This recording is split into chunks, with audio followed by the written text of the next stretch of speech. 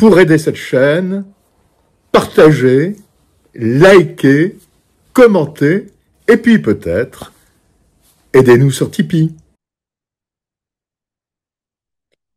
Bonjour mes chers abonnés, c'est la revue de presse numéro 468 du lundi 17 mars 2025. Alors, que se passe-t-il aujourd'hui? Eh bien, les Russes continuent à avancer dans le Donbass. Et alors, dans l'oblast de Koursk, alors là, c'est la débandade complète des troupes ukrainiennes.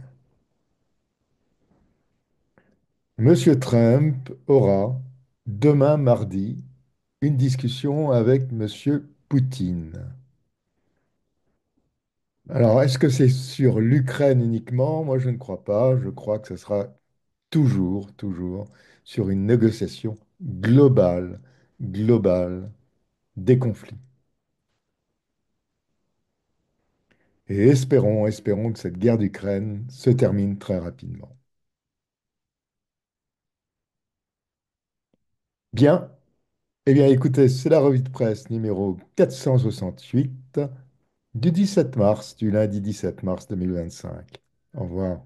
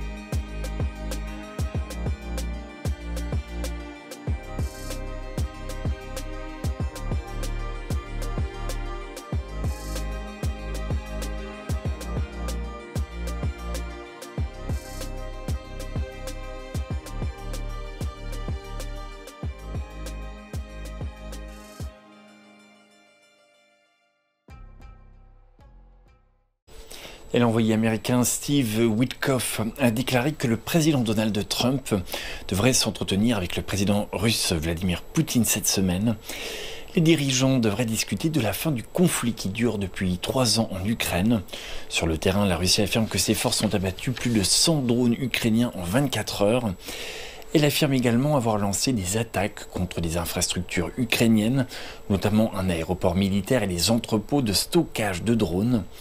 L'Ukraine affirme avoir repoussé les attaques de la Russie dans plusieurs directions, notamment à Kharkiv, Kupiansk et Krasny Liman. Par ailleurs, l'Ukraine vient de remplacer le chef d'état-major général de ses forces armées. Le nouveau chef, Andriy Gnatov, aurait pour mission d'améliorer l'efficacité de la gestion. Un soldat russe qui affirme qu'il a reçu l'ordre d'épargner la vie de soldats ukrainiens qu'il était sur le point d'abattre. Regardons ensemble. Soudja est libéré.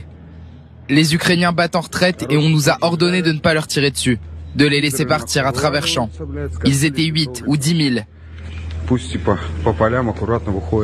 Je suis juste sidéré par cette guerre, mec. Ce n'est que conneries et argent. On aurait pu les tirer de partout, les bombarder, les frapper, avec nos missiles Grad et nos drones. Mais le commandement a dit non, ne tirez pas, laissez-les partir. C'est juste irréel. Donald Trump et Vladimir Poutine qui vont se rencontrer cette semaine pour parler de la proposition de trêve de Washington. Les lignes bougent ce soir. Même le président turc, qui a toujours défendu l'intégrité territoriale de l'Ukraine, a assuré Donald Trump de son soutien pour mettre fin au conflit. Caroline Baudry. Oui, Donald Trump qui suit de près le travail de son émissaire Steve Witkoff. Ce dernier a déclaré tout à l'heure à la chaîne de télé américaine CNN avoir rencontré durant 3-4 heures Vladimir Poutine. Une réunion positive, ce sont ses mots. Je l'ai informé dans les 5 à 10 minutes qui ont suivi ma rencontre avec le président Poutine. J'étais à l'ambassade des États-Unis. Je m'attends à ce que les deux présidents s'appellent cette semaine. Et je pense, comme l'a dit le président, qu'il pourrait y avoir peut-être une sorte d'accord dans les semaines à venir. Pas de détails sur le contenu des échanges, mais les négociateurs américains poursuivent leur rencontre auprès des deux camps qui se rapprochent, souligne l'émissaire. Pour négocier avec l'agresseur russe, Donald Trump pourrait user de leviers économiques, explique Patrick Martin-Genier, professeur à Sciences Po et spécialiste des questions internationales. Il a la capacité de faire encore plus des sanctions économiques, mais d'autres leviers, il pourrait promettre un certain nombre de choses, notamment des investissements en Russie. D'autre part, la levée d'un certain nombre de sanctions qui touchent à la fois les oligarques et l'État russe de façon générale. Enfin, la question des territoires ukrainiens occupés par la Russie sont au cœur des négociations pour un cessez-le-feu. Selon cet expert, la Maison-Blanche a déjà laissé entendre que certains pourraient être cédés au Kremlin. Alors tout d'abord, dans la nuit du 13 au 14 mars, la Russie a de nouveau été attaquée massivement par des drones ukrainiens. Donc un de ces derniers a frappé un centre d'entraînement à l'est de Moscou. Donc vous avez la capitale russe qui est là. Et le drone a frappé ici donc un bâtiment dans le centre d'entraînement même de l'armée russe. Et en termes de distance, on est à plus de 750 km de la frontière ukrainienne.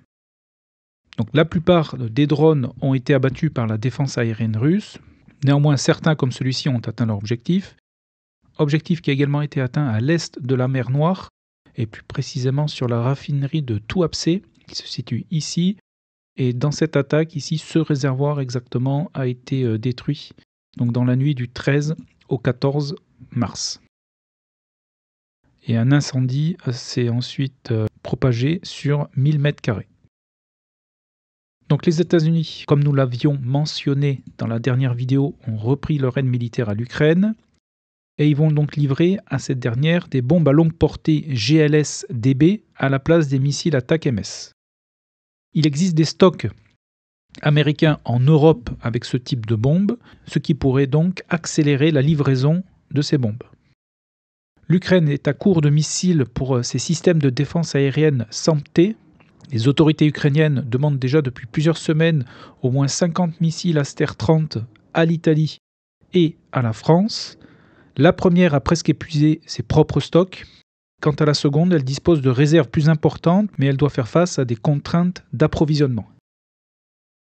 Que comme c'était prévu, il y a beaucoup de matériel lourd qui ont été abandonnés. Les Russes n'arrêtent pas de filmer dans les rues de la ville des matériels qui ont été laissés là parce que les Ukrainiens n'ont pas voulu tenter leur chance sur la R200 avec, ou peut-être parce que c'était des véhicules qui n'avaient plus d'essence ou ce genre de choses. Alors ce qui est très remarquable, ce qui laisse peut-être donc entendre qu'on a affaire qu'on a eu affaire dans certains secteurs de la ville à une débandade, c'est que ces véhicules n'ont pas été sabordés.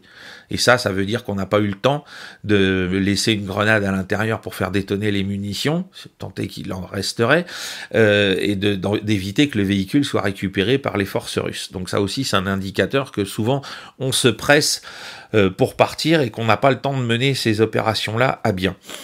Direction le terrain et l'oblast de Koursk, où l'offensive russe se poursuit en direction de la frontière ukrainienne, donc qui est matérialisée ici en blanc. Donc comme vous pouvez le constater, les Russes ne se sont pas contentés de reprendre la ville de Soudja, mais ont continué leur offensive. Au fur et à mesure que les unités russes avancent, du matériel ukrainien a été soit endommagé, soit détruit, soit abandonné. Alors d'abord, la situation à Koursk, c'est une situation qui s'est développée déjà bien avant qu'on parle d'une négociation de cessez-le-feu. Elle s'est développée déjà depuis l'année passée et la contraction de cette poche de Koursk s'est amorcée déjà à la fin août 2024. Donc les Ukrainiens ont attaqué le 8 août 2024, ils ont avancé assez rapidement dans une poche dans laquelle les Russes attendaient les Ukrainiens. Et c'est pas un mystère. D'ailleurs, dans le livre que j'ai publié une année avant, en 2023, j'expliquais que la zone de Koursk pouvait être une zone d'attaque ukrainienne parce qu'elle était très peu défendue. Donc, les Russes le savaient tout aussi bien que moi, je le savais une année avant. Et ce qui s'est passé en août 2024, c'est que la résistance qui se trouve en zone ukrainienne, la résistance russe et la résistance ukrainienne d'ailleurs contre le gouvernement de Kiev, a informé les Russes qu'il y avait une attaque qui était en cours de préparation à Koursk. Et à ce moment-là, c'est ce que j'ai indiqué d'ailleurs sur un... Peut-être je peux vous montrer cette image pour illustrer les choses. Et là, immédiatement, ça c'est une image qui a été prise le 10 août, hein, mais très rapidement, on a vu que cette brigade d'infanterie de marine, elle était stationnée dans la région de Kherson, et puis celui-là, c'est le détachement Akhmat, il était dans la région du Donbass. Par conséquent, les Russes ont eu tout le temps de faire venir ça avant même que les Ukrainiens attaquent. Et ils ont disposé ça de façon à protéger la centrale nucléaire et puis à empêcher aussi l'accès vers Koursk. Et ils ont attendu que cette poche grossisse. Et les Russes ont très bien compris dès le départ que la poche de Koursk, ou que cette attaque sur Koursk était en réalité une attaque qui avait plus de valeur, qui avait une valeur stratégique pour les Ukrainiens, alors qu'elle n'avait pas de valeur stratégique pour les Russes. Et pourquoi les Ukrainiens avaient accordé une valeur stratégique à ça? Eh bien, tout simplement parce que Zelensky s'est mis en tête qu'en prenant du territoire aux Russes, il pourrait ensuite l'échanger contre les territoires que la Russie occupait. Voilà, c'était ça l'idée. Et l'idée, c'était vraiment de faire une offensive qui allait beaucoup plus dans la profondeur que ce qu'elle a réussi à faire, puisque les Russes, évidemment, ont laissé avancer les Ukrainiens pendant un moment, et puis après, ils les ont arrêtés. Et pourquoi est-ce que les Russes les ont laissés avancer? Eh bien, c'est tout simplement pour les mettre dans une situation où les Ukrainiens étaient concentrés et où les Russes ont pu les détruire. Et quand on regarde, alors on n'a pas les chiffres, plutôt on a des chiffres qui sont donnés par les Russes, et puis ce pas des chiffres qui ont été évidemment confirmés par les Ukrainiens, mais si on s'en tient aux chiffres donnés par les Russes, eh bien, on a vraiment l'impression qu'il y a une grande partie de l'armée ukrainienne qui a été impliquée dans la région de Koursk et qui a pu ainsi être détruite. Mais pourquoi est-ce que les Ukrainiens ont tellement investi dans Koursk? C'est parce que pour eux, ça avait une importance stratégique. Il y a des combats dans la région de Soumy. Donc Soumy, c'est l'oblast ukrainien qui est à la frontière avec la Russie et donc avec l'oblast de Koursk. Et il y a des tentatives donc d'avancer dans le village plus précisément de Bassivka, ici, donc qui est un village ukrainien dans lequel l'infanterie russe a tenté plusieurs fois donc d'y pénétrer. Le village de Bassivka est actuellement disputé. Le contrôle ukrainien dans l'oblast de Koursk donc est ici, donc il clignote, et nous sommes environ à un peu moins de 80 km² de terrain sous contrôle ukrainien en territoire russe. Et puis même aujourd'hui, ou plutôt hier, on avait Zelensky qui disait qu'il n'y avait pas d'encerclement des troupes, des troupes. Parce que, de nouveau, pour les Ukrainiens, il s'agit de montrer qu'ils ont une capacité de combat. Le problème, c'est qu'ils n'ont pas réussi à ajuster le langage par rapport à la réalité. Ce qui fait qu'aujourd'hui, ils sont en décalage, et c'est d'ailleurs le problème qu'on voit dans tous les pays occidentaux, c'est qu'à force d'être partis sur un narratif, eh bien, il y a un moment, et de ne pas ajuster le narratif, eh bien, il y a un moment où la réalité, eh bien, entre en collision avec le narratif, et c'est ce qu'on voit dans la poche de Koursk aujourd'hui. Alors, quand on dit encerclement, il y a beaucoup de commentateurs qui ont dit oui, effectivement, quand Poutine dit qu'il encercle les troupes à Koursk, eh bien, c'est des mensonges. Et on se rappelle, dans sa conférence de presse l'autre jour, Vladimir Poutine a donné jusqu'à ce matin, d'ailleurs, lundi matin, pour les troupes encerclées de se rendre, sans quoi il les détruirait. Alors, est-ce qu'elles sont encerclées ou pas? Alors, on va regarder un petit peu la carte. Et ici, vous avez l'exemple c'est la carte de hier, hein, c'est la carte de la situation d'hier. C'est une carte russe, donc elle prend, on peut la discuter, mais je pense qu'elle reflète relativement bien la réalité. Alors, on voit que ça, c'est la ligne, grosso modo, la ligne de front en blanc, et on voit que ici, en bleu sur ma carte, là, dans cette patate bleue, eh bien, on a les troupes ukrainiennes. Alors, on voit qu'elles sont pas, en fait, totalement encerclées. Il y a les troupes russes contournent, si vous voulez. On a comme ici une petite enclave et les troupes ne sont pas totalement encerclées. En réalité, elles sont encerclées. Et c'est pour ça que là, il faut expliquer le principe. Et j'ai écrit un livre sur l'art de la guerre russe. C'est peut-être intéressant pour certains de le lire. On est là-dedans dans une notion qui est typiquement russe, c'est l'encerclement opératif. Operativnaye okrujenie. C'est l'idée que les troupes, on n'est pas complètement entouré, on n'entoure pas complètement les troupes, mais on l'entoure sur un de ses flancs par du feu, ici représenté en rouge. Et c'est ce qu'on appelle Agnevoy Control. Et c'est d'ailleurs quand vous écoutez la conférence de presse de Vladimir Poutine, il cite effectivement cette expression de Agnevoy Control, qui signifie contrôle par le feu. Autrement dit, ça veut dire que vous avez des troupes qui encerclent les forces russes sur 3 côtés, on pourrait dire, et le 4e côté, c'est simplement avec du feu d'artillerie. Quel est l'avantage de ça? Eh bien, c'est que avec le feu d'artillerie, on peut empêcher les renforts d'arriver dans la zone, mais on peut autoriser les troupes encerclées de quitter la zone. Donc, on peut ouvrir et fermer la porte en quelque sorte grâce à ça. Et c'est pour ça qu'on parle de Agnevoy Control, c'est-à-dire de contrôle par le feu.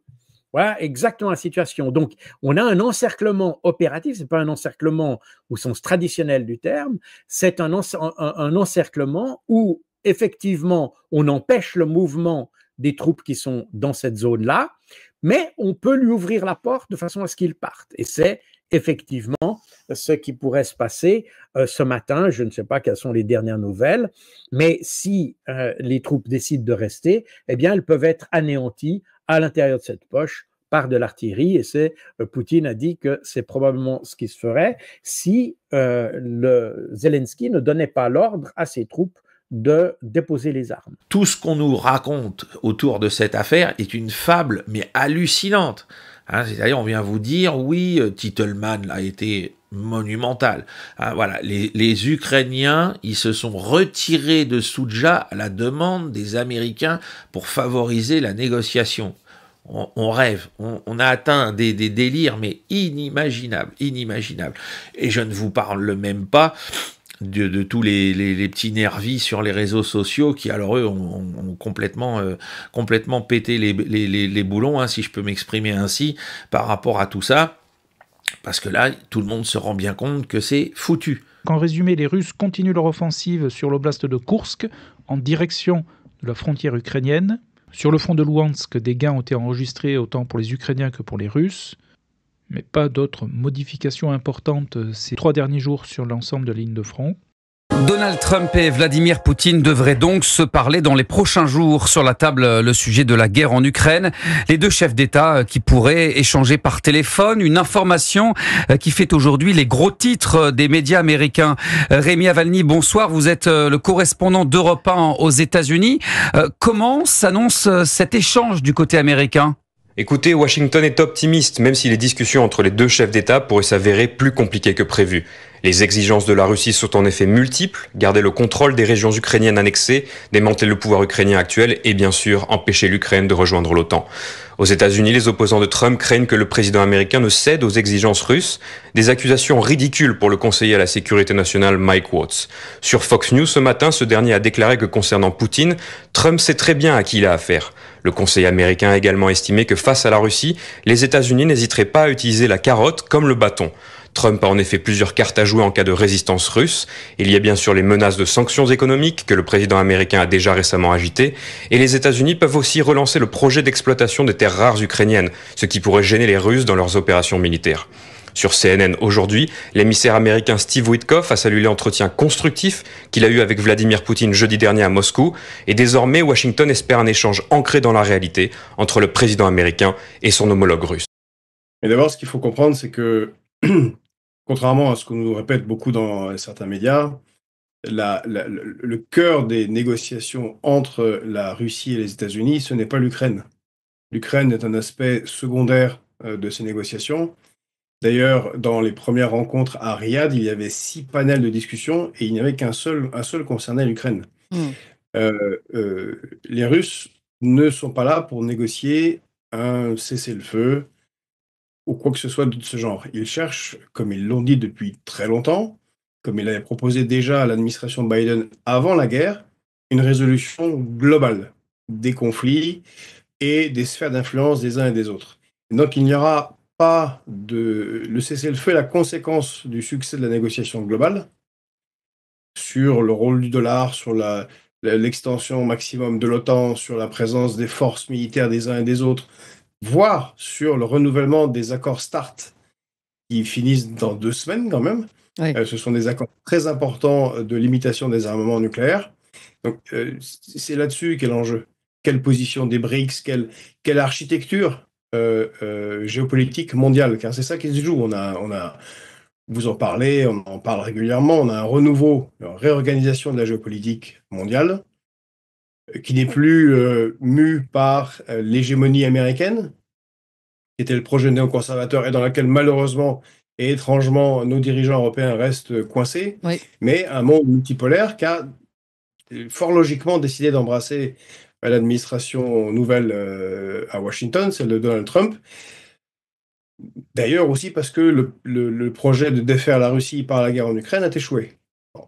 Et donc les Russes sont assez clairs, il n'y aura pas en tout cas sur le cas de l'Ukraine, il n'y aura pas de négociation de cessez-le-feu avant le règlement de sujets globaux. Voilà. Oui. Quant aux négociations sur l'Ukraine, là également, les Russes ont été assez clairs. Pour commencer les négociations, le tarif est très cher pour l'Ukraine et c'est de facto une capitulation sans condition, puisque pour commencer la négociation, il faudrait que l'armée ukrainienne se retire des zones qu'elle contrôle encore des 4 régions annexées par la Russie, ce qui implique les villes de Zaporijia et de Kherson, qu'elle accepte sa neutralité, une non-entrée dans l'OTAN et que tout ça soit gravé dans le marbre. Et une réduction de ses capacités militaires. Il y aura un appel très important demain entre Trump et Poutine. Oui, attendu parce que on disait jusqu'à aujourd'hui la balle est dans le camp des Russes. Ils ont répondu timidement oui, mais et le président Trump estimait encore il y a quelques jours, quelques heures même, que c'était positif, même si tout ce qu'ils espéraient entendre n'a pas été publiquement dit. Alors l'ambassadeur, pardon, pas l'ambassadeur, l'envoyé spécial du président, M. Witkoff, était de retour pour briefer le président après une très longue conversation au Kremlin avec Vladimir Poutine.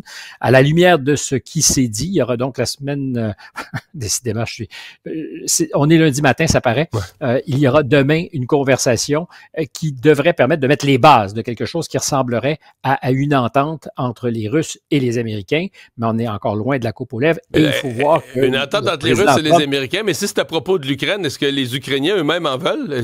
Ils ont dit oui la semaine passée, mais c'est parce que là, j'ai peur que eux autres, ils ont dit oui à autre chose que... Je sais plus, là. Personne ne le sait.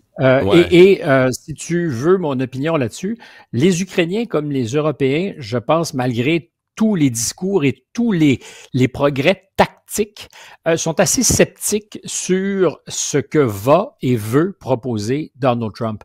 Et dans les faits, je crois que la proposition à l'espèce que ferait Trump, les Européens ne sont pas du tout fans de ça. Les Ukrainiens, probablement pas non plus. Est-ce qu'ils auront le choix? J'en sais rien. Mais je reviens sur ces déclarations qui, pour moi, sont pas des détails. Quand M. Macron, il y a 2 semaines, au sortir de la rencontre spéciale et extraordinaire à Bruxelles pour augmenter les budgets de défense un peu partout en Europe, dit on ne pourra jamais fermer la porte de l'OTAN à l'Ukraine. C'est d'une certaine manière pas narguer le président américain, mais dire nous avons des conditions qui pourtant sont tant pour Moscou que pour Washington absolument non négociables. C'est-à-dire que ni à Washington ni à Moscou, on veut de l'Ukraine au sein de l'OTAN.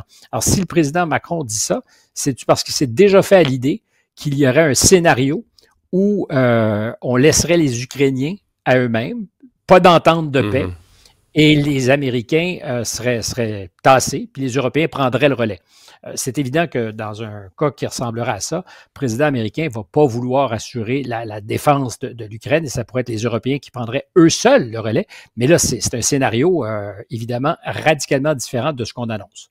Le parti de la guerre a toujours Munich à la bouche. Voilà, il existe parce que il existe un parti de la paix. C'est un mot valise. Voilà, il existe un parti de la paix pacifiste à tout prix, bon, dont je ne suis pas. Il existe un parti de la guerre. C'est toujours la guerre qui est la solution. Je ne suis pas non plus. Mais le parti de la guerre utilise toujours cet argument. Si vous n'allez pas faire la guerre au Vietnam, c'est un Munich asiatique. Aujourd'hui, oui. Si vous n'allez pas faire la guerre à la Russie. Mais c'est le suite d'une longue histoire. Donc, alors, si on n'arrive pas au Vietnam, c'est un Munich asiatique. Si vous n'allez pas en Afghanistan, c'est un Munich asiatique.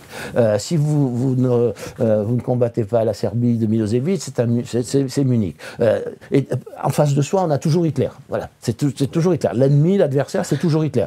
Rendez-vous compte que à la fin des années 50, au moment de la crise de Suez, on disait de Nasser, certains disaient de Nasser, c'est Hitler. Voilà. La réduction ad Hitlerum. Oui, mais donc il n'y a plus que la guerre. Si vous avez Hitler en face de vous, il n'y a plus que la guerre. Et en plus, là, on donne de la consistance à l'affrontement entre le camp du bien et le camp du mal. Parce qu'évidemment, Hitler, vous avez du mal à dire que ça n'est pas le camp du mal. Mais ça traîne et ça n'a rien de nouveau. Ça recommence à chaque fois. Voilà. Donc, ça fabrique d'ailleurs des vrais Munich. Parce que, souvenez-vous, des images terribles de la chute de Saïgon. Terribles. Où les Américains étaient obligés d'abandonner le personnel de l'ambassade. Regardez les images gens qui s'accrochaient aux ailes des avions, absolument, etc. Et qui sont les boat people qui sont partis, pour une partie se noyer dans la mer. Regardez les images de Kaboul, quand il n'y a pas si longtemps. Quelques années. Abandonnant hommes matériels, etc. Voilà, et donc c'est comme ça qu'on fabrique des vrais Munich. Ce que j'avais essayé de dire à propos de la Russie et de l'Ukraine il y a 3 ans, c'est que répété après inlassablement, c'est que quand c'est vrai que vous l'avez écrit il y a 3 ans. Voilà, il fallait comprendre une chose. Et là, vous avez dit nous marchons comme des somnambules. Vers la guerre, oui, que j'avais repris l'expression d'un historien australien qui a écrit sur la guerre de Cols, de la guerre de 14. Mais j'en dis, mais il faut pas croire que les pays occidentaux, les États-Unis, même les pays européens, vont soutenir l'Ukraine indéfiniment. C'est-à-dire que soit ils seront au pied du mur de la guerre totale parce que ça aura dérapé, ce qui est toujours possible. On joue, vous savez, la guerre, on joue pas avec la guerre et on joue pas à la guerre. Bon, et mettre en tension des puissances nucléaires, c'est toujours dangereux, même si au départ personne n'a l'intention d'utiliser la bombe nucléaire. Bon, donc au pied du mur de la guerre totale, ces pays ne continueront pas. Et puis il y a autre chose, il y a l'usure des opinions publiques, qui d'abord qui ne veulent pas risquer un jour d'envoyer leurs enfants, et qui deuxièmement ne veulent pas payer indéfiniment pour ce genre de... Donc ils laisseront tomber un jour l'Ukraine. Je m'étais disputé sur un plateau avec une Ukrainienne là-dessus, en disant mais ne vous faites pas d'illusions, et ils vous lâcheront.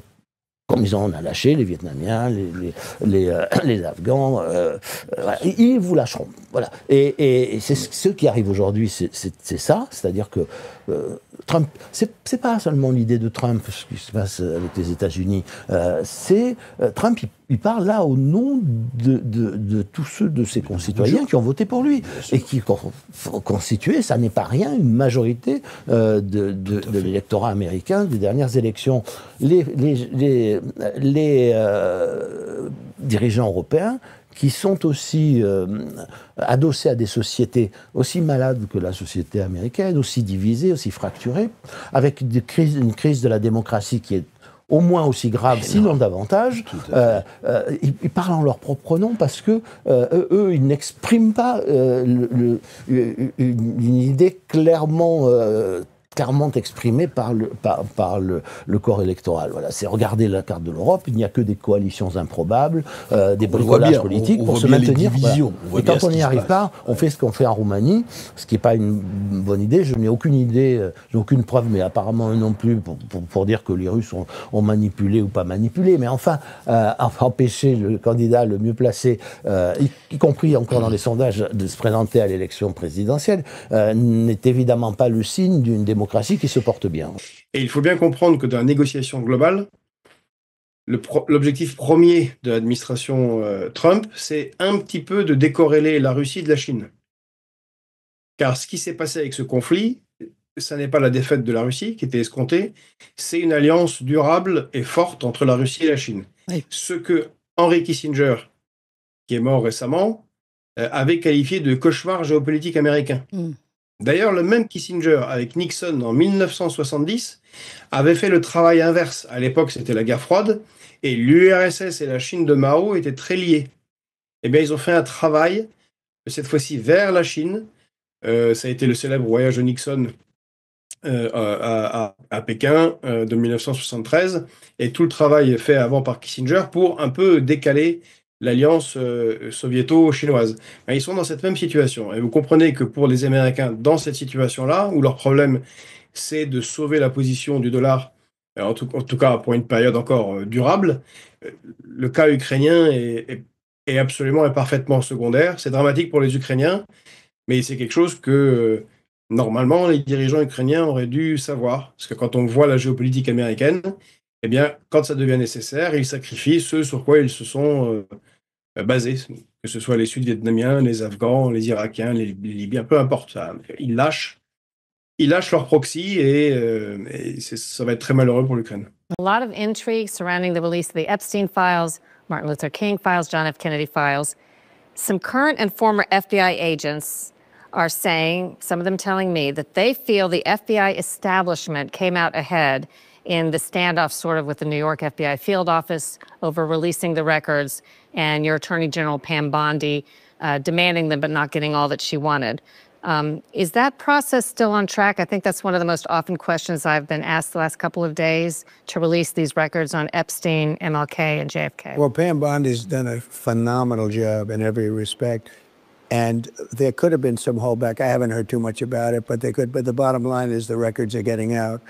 The Kennedy records are getting out. Those are the ones I really wanted to see the most, were the Kennedys. And during my administration, as you know, I released a lot of them, but then a lot of people started coming in, people that I respected, people that worked for the administration, asked me not to release the rest.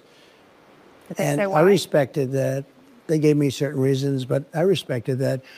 And I did say, I must tell you, I said that probably wish I did release the whole thing, because I have no idea what's in there. But since then they found, and we found 2,000 more documents on Kennedy. And the one they want most is Kennedy, and it's going to be released. It's moving along, and it's moving along pretty rapidly. It doesn't go that rapidly. Weeks maybe, or longer? I say weeks, yeah, I say weeks.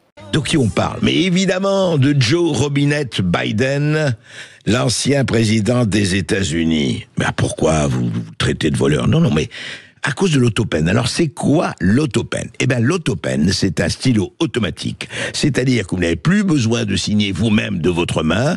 On a l'autopen, et donc je ne dirais pas n'importe qui peut signer à votre place, et vos signatures en général, ça se fait évidemment par accord. Et là aussi, simplement, qui signe? Eh bien, le président des États-Unis.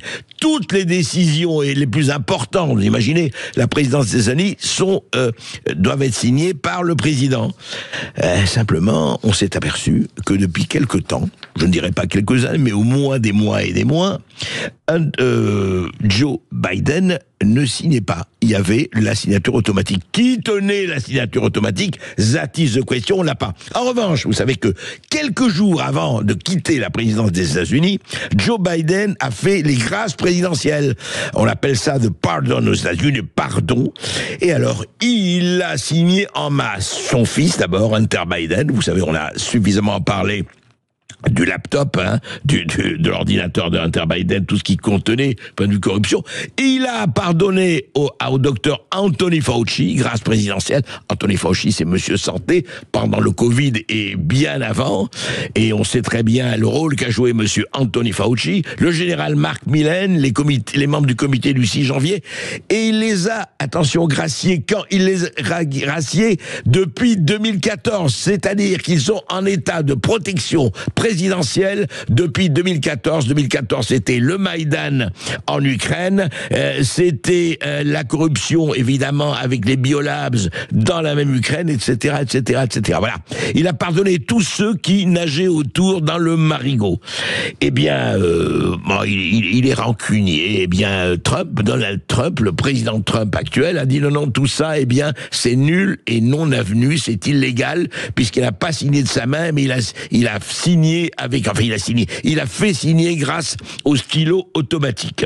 Voilà, ils ont vérifié les exemples de signature de Biden. Donc, il faut contrôler l'autopen. Et en attendant, Trump va faire en sorte que toutes les grâces présidentielles soient levées concernant Hunter Biden, concernant Fauci et concernant tout cela. Donc, de tas de scandales en perspective. Et oui, il ne faut pas utiliser l'autopen, il faut faire attention à ça. Des embrassades en apesanteur pour les 4 membres d'équipage arrivés ce dimanche dans la station spatiale internationale. Un moment d'émotion suspendu, particulièrement fort pour leurs hôtes, Butch Wilmore et Suni Williams, astronautes de la NASA bloqués depuis 9 mois dans l'espace, faute de navette retour en état de marche. Leur relève est arrivée à bord d'un vaisseau SpaceX Crew Dragon qui doit les ramener sur Terre dans les tout prochains jours. Pour Trump, clairement, les taxations, enfin toutes les actions économiques font partie de sa politique. C'est-à-dire que, si vous voulez, par exemple, dans ce qui se passe aujourd'hui, moi je pense personnellement que le problème des alcools et des vins est directement lié à notre position sur l'Ukraine. C'est clair. Il veut faire plier. Vous avez vu comment il a fait avec Zelensky. Oui. Très clair. On connaît ses méthodes. Il a toujours fait les mêmes. Alors en plus, il est parfaitement décodable. Il fait pression jusqu'au moment où on accepte, et à ce moment-là, il améliore la situation. Donc par exemple, il réduit les taxes. En touchant, alors, ce qui m'a étonné quand même dans les vins et les alcools, c'est qu'il touche sur les vins également Madame Meloni, l'Italie. Or, il est ami avec Meloni, et que Meloni a été très prudente, c'est la plus prudente de toutes, en ce qui concerne l'Ukraine. Donc, si vous voulez, là, c'est pour ça que je pense que pour le moment, il y a une déclaration, mais il faut attendre la réalité. Là, de ce côté-là, je pense que le Premier ministre n'a pas totalement tort. Il faut attendre ce qu'il va décider ensuite. C'est une annonce, si vous voulez, en disant attention, je peux faire très mal. Oui, voilà de quoi je suis capable. capable. Attends, de voir ce qu'on va faire. D'accord. Donc, ce n'est pas uniquement des taxes. Alors, ça, c'est le premier point. Le deuxième point, c'est que on est tous choqués parce que c'est Trump et que le président Trump, c'est vrai qu'il est plutôt brutal. Mais franchement, les autres l'ont été autant. Biden, quand il a fait l'IRA, l'Inflation Reduction Act, il y a quelques années, a été aussi violent, c'est le moins qu'on puisse dire, que ne l'a été Trump. Mais à l'époque, on disait, bon, si, d'accord, mais c'est pour défendre son marché intérieur, le pauvre, enfin bref. On lui trouvait des excuses. Alors que là, on ne trouve pas d'excuses, évidemment, à Trump. Mais en réalité, dans la guerre économique, et vous le disiez tout à l'heure, dans la guerre économique, depuis toujours, les Américains nous livrent une guerre sans merci, par tous les moyens. Souvenez-vous on pourra certainement en parler, mais souvenez-vous des procès dans le cadre des lois extraterritoriales qu'ils ont pu faire contre les entreprises françaises. Ils ne se sont jamais gênés pour nous taper dessus chaque fois qu'on les gêne. Oui. Donc ça, il faut bien être conscient de ça. Nous sommes face à un pays qui depuis toujours pratique la guerre économique très violente. Mais là, évidemment, on a franchi un niveau de plus avec Trump parce que les autres ne le disaient pas trop fort, ne le disaient pas, ils le faisaient mais ils ne le disaient pas, alors que lui, il l'annonce cash. Oui. C'est la grande différence avec les prédécesseurs.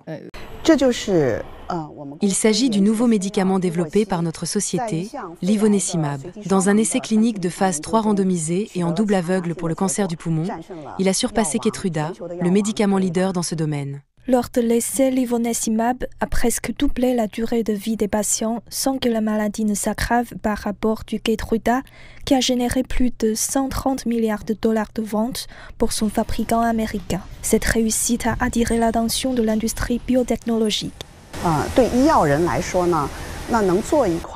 Pour l'industrie pharmaceutique, développer un médicament qui surpasse Keytruda et bénéficie à plus de patients est une réussite remarquable. De nombreuses entreprises dans le monde s'efforcent de développer de tels médicaments, mais tous leurs essais de phase 3 ont échoué. Notre essai clinique de phase 3 est le premier au monde à obtenir un résultat fortement positif dans une étude randomisée en double aveugle. Il a fallu une décennie à la société de la Dr Xia pour mettre au point l'ivonescimab. Selon elle, des scientifiques de renommée mondiale ont été réunis pour parvenir à ce résultat, tandis que son entreprise a également bénéficié du soutien du gouvernement chinois. Nous avons la chance que, dès les premières étapes de la création de notre entreprise, le gouvernement ait commencé à donner la priorité à l'industrie biopharmaceutique. Les autorités centrales et locales ont investi d'importantes ressources humaines et matérielles pour soutenir le développement de l'industrie. La percée de l'ivonescimab pourrait s'inscrire dans une tendance plus large en Chine. Ces dernières années, la Chine a fait des progrès considérables en matière d'innovation pharmaceutique, avec un nombre croissant de nouveaux médicaments développés ou en cours de développement. Un indicateur clé que nous utilisons est le nombre de pipelines de recherche et de développement. Cette mesure ne reflète pas seulement notre investissement passé dans la recherche et le développement, mais, plus important encore, elle sert de projection de notre potentiel futur. Sur la base de cet indicateur, la Chine se classe actuellement au 2e rang mondial, juste derrière les États-Unis. La professeure Wang explique comment la Chine dispose d'avantages distincts dans le domaine de l'innovation pharmaceutique. La Chine dispose d'une chaîne d'approvisionnement pharmaceutique bien établie. En outre, nos coûts de recherche et de développement sont relativement bas, grâce à l'abondance des ressources cliniques et à une importante population de patients. La professeure Wang reconnaît qu'il existe encore un écart entre la Chine et les États-Unis en ce qui concerne les projets de recherche et de développement, puisque les chiffres de la Chine représentent environ la moitié de ceux des États-Unis. Mais elle souligne la grande marge de manœuvre et la volonté croissante de croissance et d'innovation. Les États-Unis ont intensifié dimanche leurs frappes aériennes contre les Houthis au Yémen, en réponse aux attaques des rebelles contre des navires militaires et commerciaux dans la mer Rouge, une voie maritime stratégique pour le commerce mondial. Les Houthis justifient ces attaques par solidarité avec Gaza. Bien qu'elles aient cessé lors de la trêve Israël-Hamas, elles ont repris après la réduction de l'aide humanitaire à Gaza.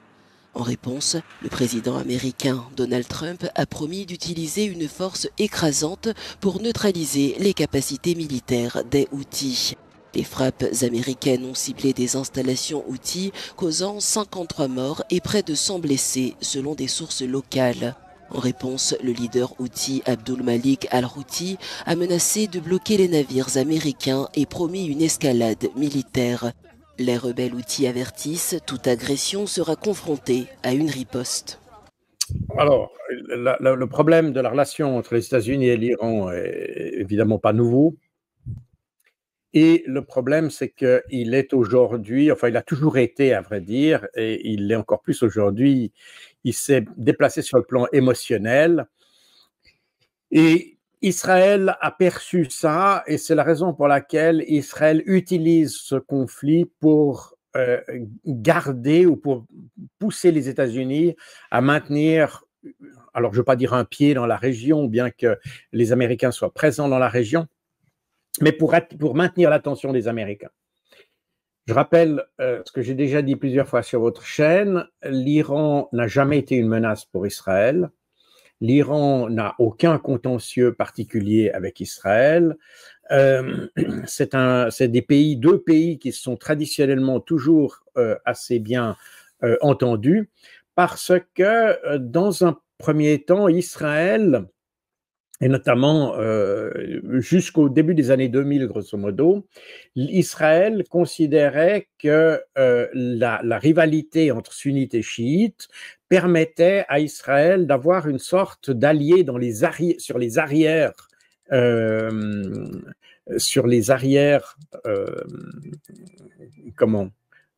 arabes, en quelque sorte, puisque les Palestiniens sont d'origine sunnite et soutenus principalement par les pays arabes de la région qui sont sunnites. L'Iran faisait un peu office de cinquième colonne, si vous voulez, dans cette configuration. Et c'est la raison pour laquelle il y avait des contacts assez étroits. Et puis, la guerre en Irak a changé un peu la donne, dans le sens où les Américains ont réussi à prendre le contrôle des sunnites d'une certaine manière, à faire baisser le niveau de la menace sunnite, entre guillemets. Je parle de menace sunnite, mais il faut bien comprendre que la rivalité entre Israël et les pays arabes n'est pas de nature religieuse. Ça, c'est très important. Enfin, pour les Israéliens, oui, mais pas pour les Arabes. Pour les Arabes, c'est vraiment la question palestinienne qui est une pierre d'achoppement, mais qui a rien de religieux. Très important de le dire.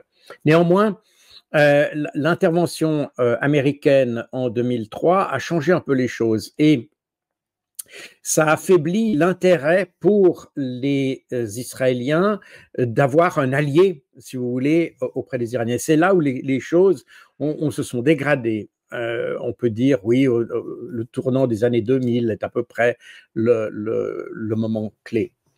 Et là, on a entendu une rhétorique israélienne basée sur l'idée que l'Iran avait l'arme nucléaire et cherchait à éliminer Israël. Voilà. Alors, on est dans un narratif total qui a bien convenu aux Américains, notamment ceux qui ont gardé un goût amer après les événements de 1979, qui a vu le renversement du Shah et l'arrivée au pouvoir de l'ayatollah Khomeini et des islamistes d'une manière plus générale. Et par conséquent, on a trouvé une convergence, les Israéliens ont trouvé ces convergences, et je dirais qu'aujourd'hui, pour les Israéliens, l'Iran est leur meilleur ennemi. On pourrait dire ça comme ça. Et pour les Américains, c'est une situation qui leur convient parce que ça leur donne une sorte de levier dans la région. Au cours du week-end, on a eu des frappes américaines sur le Yémen, hein, vous le savez, on en a parlé dans le bulletin de jeudi. Ansar Allah a décidé de reprendre les opérations militaires offensives en mer Rouge pour faire un blocus de l'accès donc à la mer Rouge et au canal de Suez par rapport aux décisions iniques prises par Israël de faire à nouveau le blocus de Gaza, donc qui continue bien évidemment, hein, toujours pas d'aide alimentaire et humanitaire, toujours pas d'électricité. Donc mercredi dernier, Ansar Allah a dit voilà, dans ces circonstances, nous on reprend le blocus offensif de la mer Rouge, et donc les Américains dans la nuit de samedi à dimanche ont décidé de frapper plusieurs cibles en territoire yéménite. Alors on nous dit qu'ils auraient tué un certain nombre de dirigeants d'Ansar Allah, mais on n'a pas d'informations plus détaillées sur ces revendications pour nous dire c'est vrai, c'est faux, et bien évidemment il y a peu de chances que, même si des chefs d'Ansar Allah ont été tués ou blessés au cours de ces frappes, que d'un seul coup le mouvement cesse toute activité et qu'il se plie à la volonté des Américains sur cette question. C'est pas la première frappe encaissé par le mouvement depuis le début de ce qui se passe à Gaza en octobre 2023, et donc ce sera malheureusement pas la dernière. Une fois encore, on a vu les images, hein. Bien sûr c'est la population civile qui fait également les frais de tout ça, parce que les endroits qui ont été ciblés sont des endroits où se trouve de la population et pas seulement des bases militaires.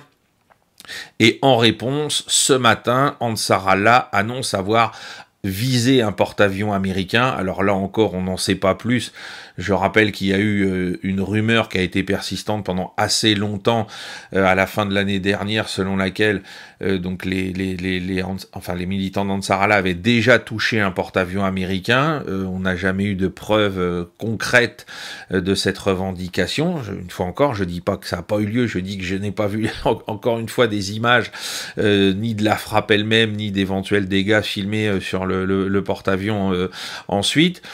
On sait que Ansar Allah a probablement 1 ou 2 missiles hypersoniques anti-navires qui ont été fournis par les Chinois via Téhéran, mais de là à se dire ils les ont utilisés, là c'est beaucoup plus opaque et beaucoup plus difficile de statuer. Mais en tout cas, alors probablement aussi dans une idée de faire de la communication auprès des soutiens locaux et auprès de la population yéménite, c'est dire voilà, on est quand même capable de répliquer au Goliath américain et de lui porter un coup malgré les bombardements qu'on vient de subir, on ne pliera pas. Voilà. Nous étions en train de travailler, puis nous avons vu le tir d'une roquette. Des personnes ont été tuées et d'autres ont été blessées. Nous sommes venus à l'hôpital, nous les avons transférés. L'armée israélienne a déclaré avoir ciblé 2 individus identifiés comme terroristes, affirmant qu'ils opéraient un drone qui représentait une menace pour les forces dans la région. L'armée n'a pas précisé comment elle avait déterminé que les individus ciblés étaient des terroristes et n'a pas non plus détaillé la menace que représentait le drone. Par ailleurs, le ministère libanais de la Santé a déclaré qu'une frappe israélienne avait tué au moins une personne dans le sud du pays. L'armée israélienne affirme qu'elle visait un membre du Hezbollah impliqué dans des actions terroristes. En ce qui concerne les négociations entre Israël et le Hamas, elles se poursuivent. Alors là, on nous dit qu'en ce moment, c'est plutôt en Égypte que tout ce qui concerne la libération des derniers otages et des derniers prisonniers israéliens est en train de se jouer. On n'a pas d'informations complémentaires. Donc, comme je l'ai souligné, la situation dans Gaza reste absolument catastrophique. Et comme je ne cesse de le dire ici depuis maintenant plus d'1 an, la situation est catastrophique et tout le monde s'en fiche. C'est-à-dire que tout ça se déroule dans une indifférence absolue au niveau des médias occidentaux. Vous n'entendez jamais parler de tout ça depuis que ça a repris. Et depuis qu'on a à nouveau donc ce blocus de l'aide humanitaire, cette coupure de l'électricité. Bonjour Dimitri, bonjour à tous. Vous nous parlez ce matin de la paix qui peut être aussi injuste que la guerre. Oui, ce week-end, Volodymyr Zelensky a limogé son chef d'état-major. Il faut que quelqu'un paye pour la déroute militaire dans la région de Koursk. La guerre en Ukraine continue et malgré l'impatience de Donald Trump, le feu n'est pas prêt de cesser. Pareil en Israël. Benjamin Netanyahou a limogé le chef du Shin Bet. Il faut que quelqu'un paye pour le 7 octobre. À Gaza, 24 otages sont toujours aux oubliettes et malgré l'impatience de Donald Trump, les palabres piétinent. La guerre dure et elle est dure, y compris quand elle se termine avec un accord de paix et qu'on n'en parle plus. À la veille du week-end, l'Azerbaïdjan puis l'Arménie ont conclu un accord de paix. Ils ne l'ont pas annoncé ensemble, ce qui était pourtant prévu, et ce couac diplomatique montre que la réconciliation entre les deux voisins va prendre encore quelques siècles. Mais la paix, préparée depuis des mois, est prête à être signée, reste à s'entendre sur le lieu et la date de la cérémonie. C'est la première leçon de l'histoire. L'après-guerre, c'est plus simple s'il y a un vainqueur et un vaincu. Et dans ce cas, le vaincu, c'est l'Arménie qui a perdu la province du Haut-Karabakh. Ouais, les Arméniens ont été écrasés, leur armée taillée en pièces par les drones turcs, les mercenaires islamistes et les Azerbaïdjanais surarmés et tellement plus riches. C'était il y a 3 ans, la première guerre gagnée par des drones avant l'Ukraine, et puis une deuxième offensive pour finir le travail il y a 1 an et demi, le nettoyage ethnique le plus rapide de l'histoire contemporaine. En 3 jours, 110 000 habitants du Karabakh ont fui la montagne à laquelle ils s'accrochaient depuis 2000 ans. La première nation chrétienne de l'histoire a été rayée de la carte, les églises sont fermées, les villages ont changé de nom, les chefs de la province ont été jetés aux oubliettes à Bakou.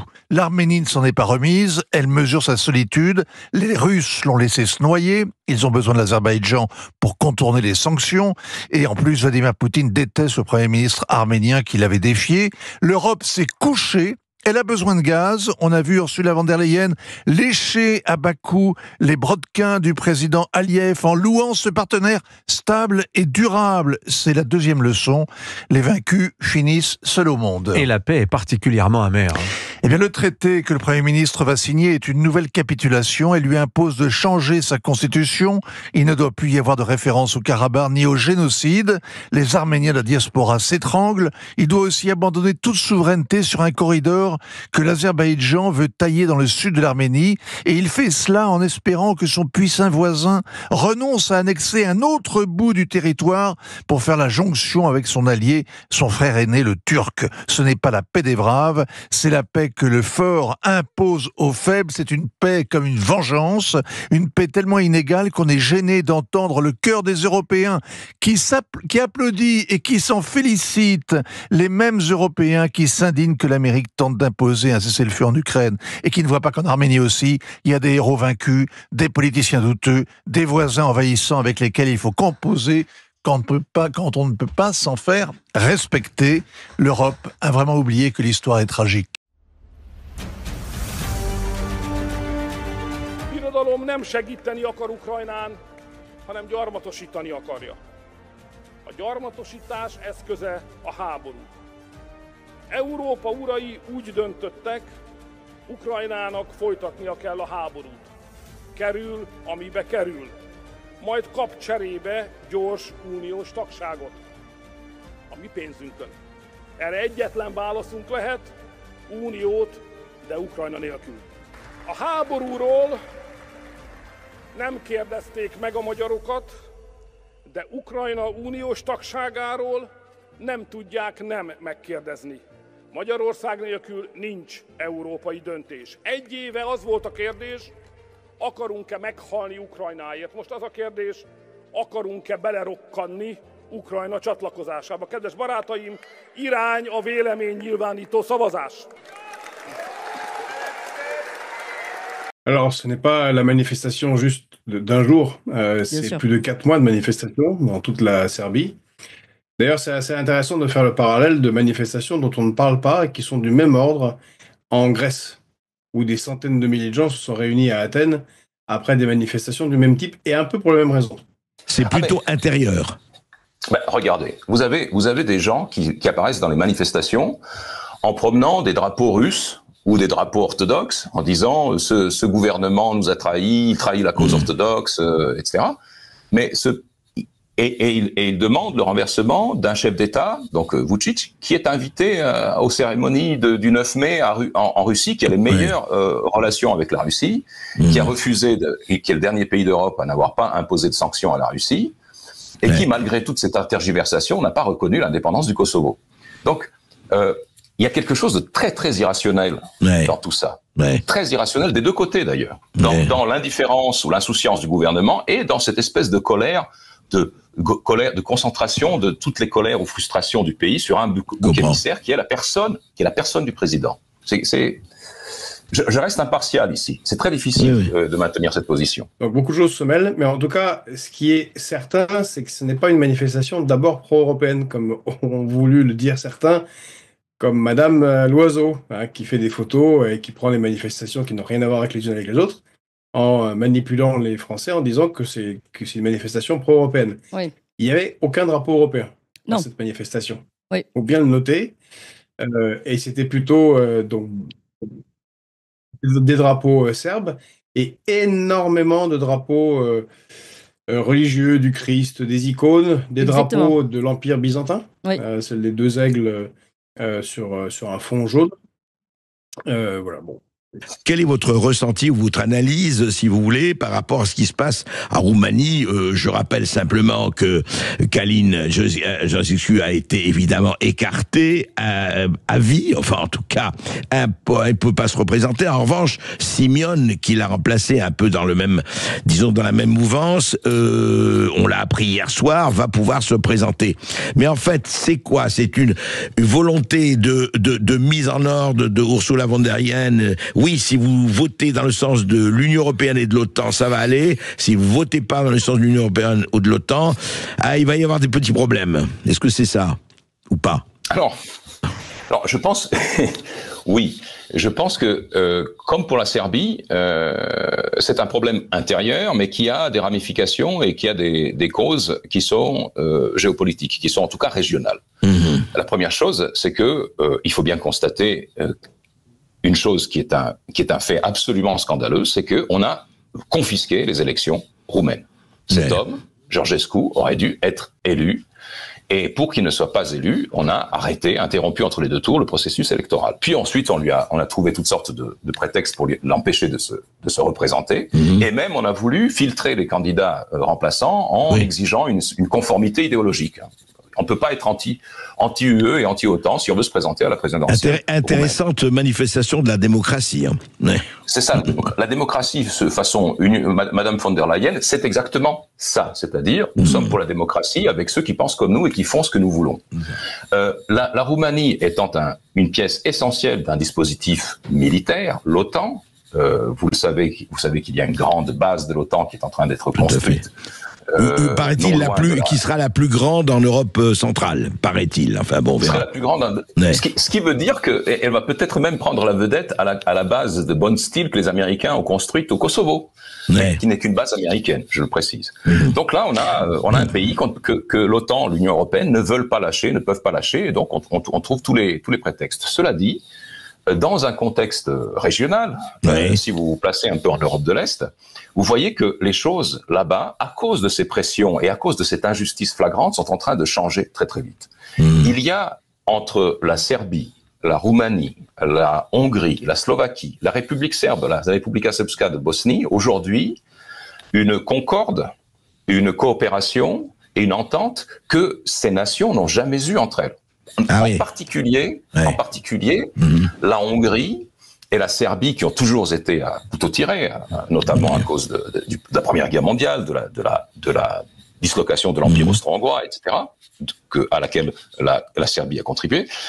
La Hongrie d'Orban et la Serbie de Vučić ont établi des relations d'amitié comme il n'y en a jamais eu. C'est-à-dire que, notamment, la Hongrie a renoncé à soutenir le séparatisme hongrois dans le nord de la Serbie, par exemple. Donc, l'Union européenne craint absolument l'émergence d'un bloc, d'une alliance de pays, d'un front de l'Est, qui serait un front de souverainistes, n'est-ce pas? Et elle fait tout le nécessaire. D'ailleurs, si on regarde un tout petit peu comment ça se passe, vous avez des manifestations. Maintenant, on a eu des manifestations soi-disant pro-européennes en Roumanie. Mais quand on voit le nombre de personnes que 4 partis politiques et 45 ONG ont réussi à rassembler, c'est très très peu. On détourne, comme vous venez de le dire, on détourne le sens des manifestations populaires, de la colère locale, pour dire c'est un appel d'Europe. C'est pas du tout le cas. Au contraire, parce qu'on accuse notamment le gouvernement de Serbie d'être trop complaisant vis-à-vis de l'Europe. Donc, il y a effectivement aujourd'hui une espèce de grand fossé géopolitique qui est en train de se faire à l'intérieur même de l'Europe. Et évidemment, l'eurocratie, la nomenclatura européenne, craint que ça fasse boule de neige, que ça inspire d'autres. Mes chers amis, aujourd'hui, je veux vous parler de la Syrie, où le sang coule sous le silence complice de l'Union européenne. Des rues pleines de cadavres, à l'attaquer entre le 6 et le 8 mars 2025, 745 civils ont été massacrés. Des chrétiens, des alaouites, dont au moins 10 femmes et 5 enfants, assassinés par les forces du nouveau régime et leurs sbires, ces factions islamistes. Ces atrocités me révulsent, mais Bruxelles détourne le regard. Pire, elle désinforme. Le service extérieur de la Commission, EEAS, dans sa déclaration du 8 mars, a accusé des éléments pro-Assad pour mieux cacher que ce sont les hommes du nouveau pouvoir qui laissent ces massacres se perpétrer. Vous allez me dire, avec Bruxelles, on est habitué aux contre-vérités, mais là, cette manipulation salit l'image de l'Europe dans le monde. Venons-en au vote de mercredi. Comment expliquer que des députés votent contre le fait de condamner ces massacres, votent contre le fait de protéger les enfants? Où sont ces prêcheurs de vertu?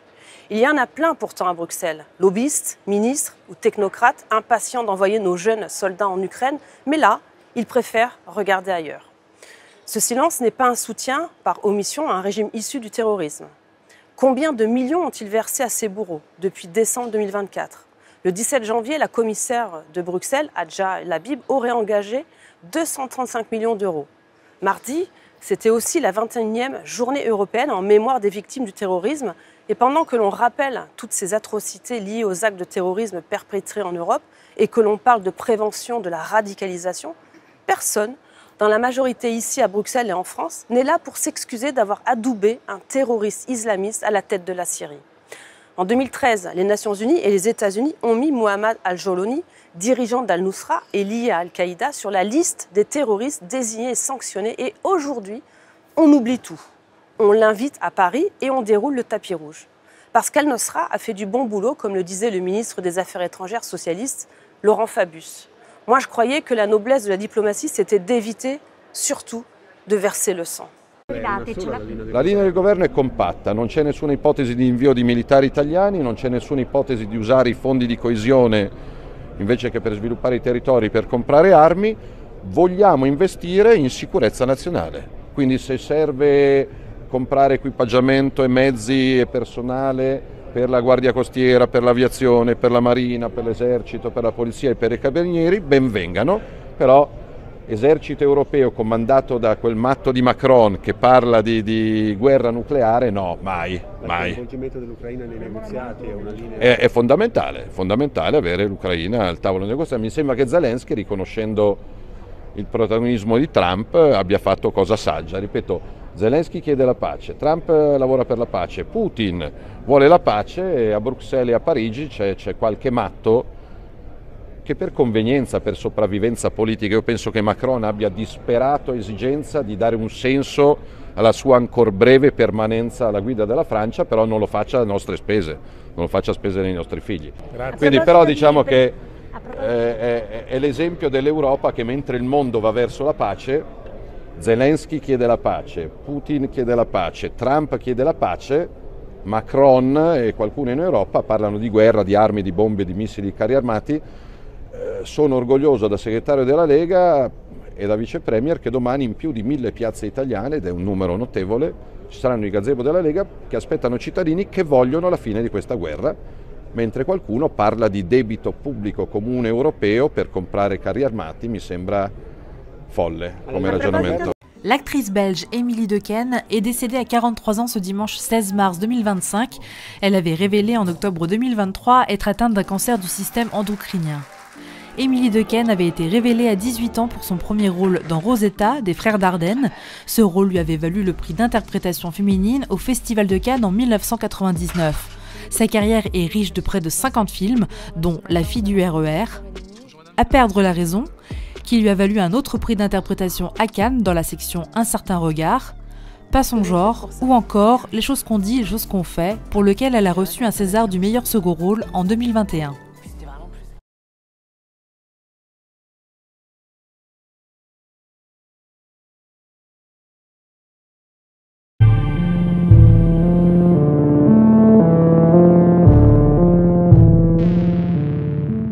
Alors, pour aider cette chaîne, partagez, likez, commentez, et puis peut-être, aidez-nous sur Tipeee.